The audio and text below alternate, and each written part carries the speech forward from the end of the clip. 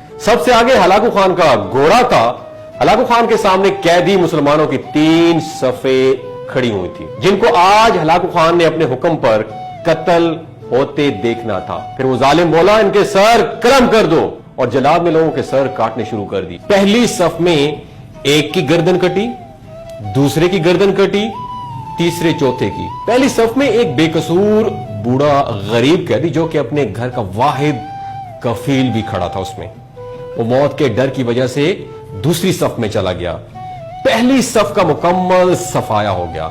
Hulagu Khan की नजरों ने उस बूढ़े को देख लिया था कि वो मौत के खौफ से अपनी पहली सफ छोड़कर दूसरी सफ में चला गया था। हलाकू खान घोड़े पर बैठा हुआ हाथ में ताकतवर गुर्ज लिए उछालकर उसे खेल रहा था। गुर्ज, याद रखिए, एक मोटा सा डंडा होता है जो घोड़े पर बैठ के दूसरे के सरों पे मारा जाता है। तो गुर्ज लेकर उछालकर खेल रहा था और मुसलमानों के कत्ल का मंजर देखकर उस खेल से खुद को खुश कर रहा था। जलादों ने दूसरी सफ पर तलवार के वार शुरू कर दिए।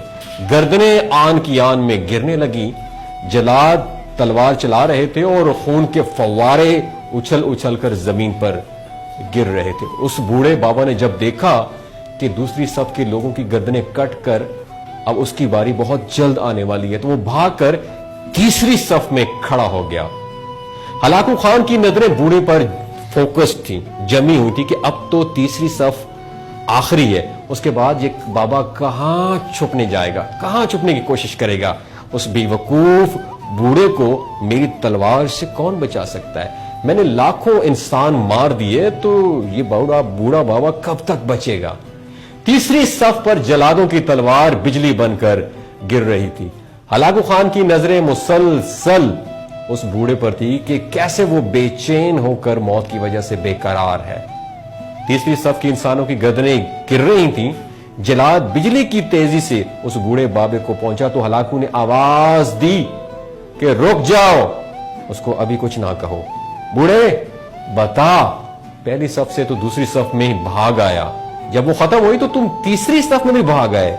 बूढ़े अब बता, पीछे तो कोई और सफ भी नहीं बची, अब तो भागकर कहां जाएगा?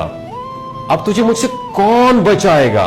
उस बूढ़े बाबे ने आसमान की तरफ देखा और कहा, मैंने पहली सफ को इसलिए छोड़ा कि शायद मैं दूसरी सफ में बच जाऊं, लेकिन मौत वहां भी पहुंची। फिर मैंने दूसरी सफ को छोड़ दिया कि शायद तीसरी में बच जाऊं।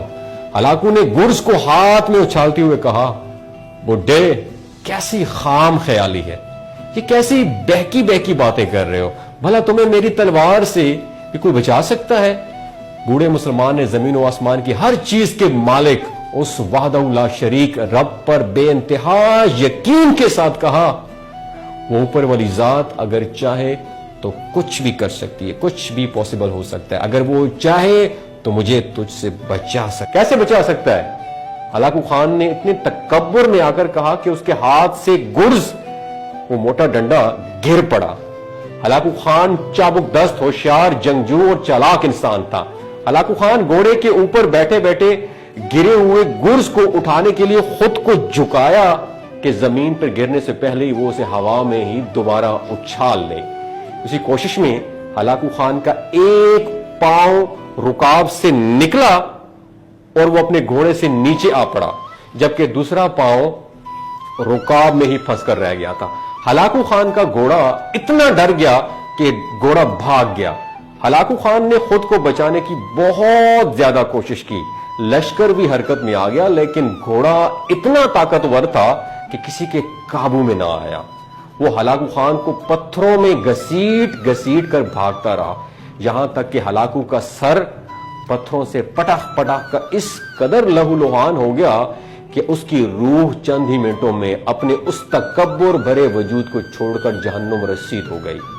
लश्कर ने जब बेइंतहा कोशिशों के बाद हलाकू खान के ताकतवर घोड़े को काबू किया तो उस वक्त हलाकू खान का सर बुरे तरीके से कुचला जा चुका था। हलाकू का लश्कर उस बूढ़े बुजुर्ग से इतना ज्यादा खौफजदा हो गया कि लश्कर ने उससे जानबूझकर नजरअंदाज कर दिया और वो बाबा बड़े आराम और सुकून से पैदल ही अपने घर की तरफ चल पड़ा। दोस्तों, ये कहानी आप लोगों के साथ शेयर करने का मकसद ये है کہ دنیا کا سب سے بڑا ظالم انسان ہلاکو خان، اس کی موت ہمارے لیے عبرت ہے۔ مظلوم کی آہ سے ڈرنا چاہیے، کیونکہ جب وہ اللہ سے رجوع کرتا ہے تو قبولیت بہت دور سے اس کا استقبال کرنے کے لیے آتی ہے۔ بحیثیت قوم، من حیث القوم، ہمیں اسے سبق سیکھنا چاہیے۔ آپ نے کیا سبق سیکھا؟ نیچے کمنٹ سیکشن میں